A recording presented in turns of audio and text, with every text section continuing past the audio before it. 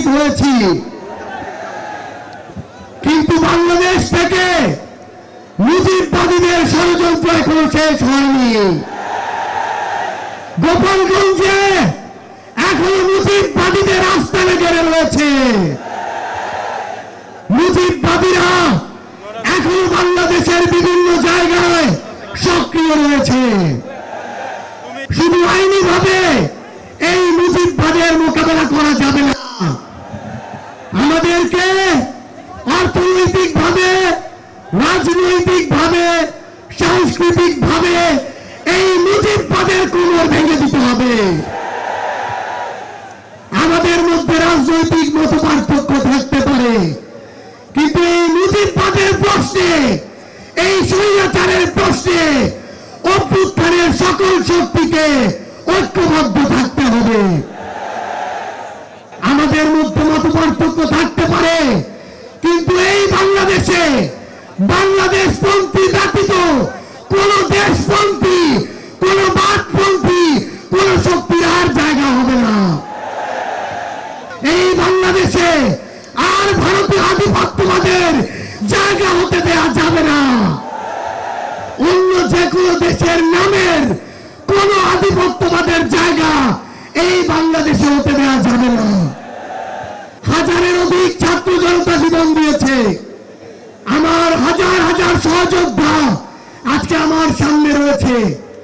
আমাদের একটা আকাঙ্ক্ষা ছিল, গত জুলাইয়ে ওই অগস্টের 5 তারিখে আমাদের যে স্বপ্ন ছিল, আরেক অগস্ট আসতে চলেছে, আমাদের সেই স্বপ্নগুলো পূরণ হয়নি। অন্তর্বর্তীকালীন সরকারের কাছে আমরা সুশীল সরকারের ভূমিকা চাই না, আমরা তাদেরকে অভ্যুত্থান পরবর্তী সরকারের ভূমিকায় দেখতে চাই। আমরা স্পষ্ট করে বলতে চাই, অভ্যুত্থান পরবর্তী বাংলাদেশে আমাদের বিচার লাগবে।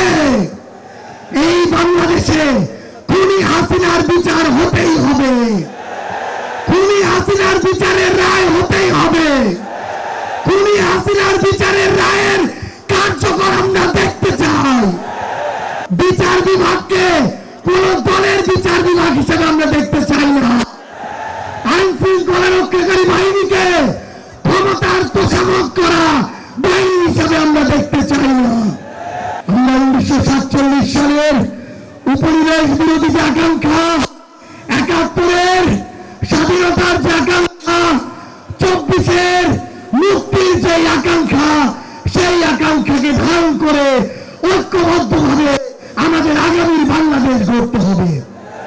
আমরা স্পষ্ট করে সর্বশেষ একটি কথা বলে যাই, ফ্যাসিস্ট বিরোধী 24-এর শক্তি আমাদের ঐক্যবদ্ধ থাকতে হবে। তবে ঐক্যবদ্ধ মানে এই নয় যে আমরা কারো অন্ধভাবে দালালি করব। কেউ যদি চাঁদাবাজি করে আমরা সেটা মুখের উপরে বলবো, কেউ যদি সিন্ডিকেট চায় আমরা সেটাও বলবো, কেউ যদি দখলদারিত্ব করে আমরা সেটাও বলবো। তবে আওয়ামী লীগের প্রশ্নে আমরা ঐক্যবদ্ধভাবে আমাদের লড়াই চালিয়ে যাব। রাজনীতিতে প্রতিদ্বন্দ্বিতা থাকবে, প্রতিযোগিতা থাকবে, কিন্তু রাজনীতির যে সৌন্দর্য, এই সৌন্দর্য যেন আমরা ধারণ করি, তাহলেই আগামীর বাংলাদেশ সামনের দিকে এগিয়ে যাবে। রাজনৈতিক প্রতিদ্বন্দ্বিতা যেন ব্যক্তি আক্রমণে কোনদিন রূপ নেয়।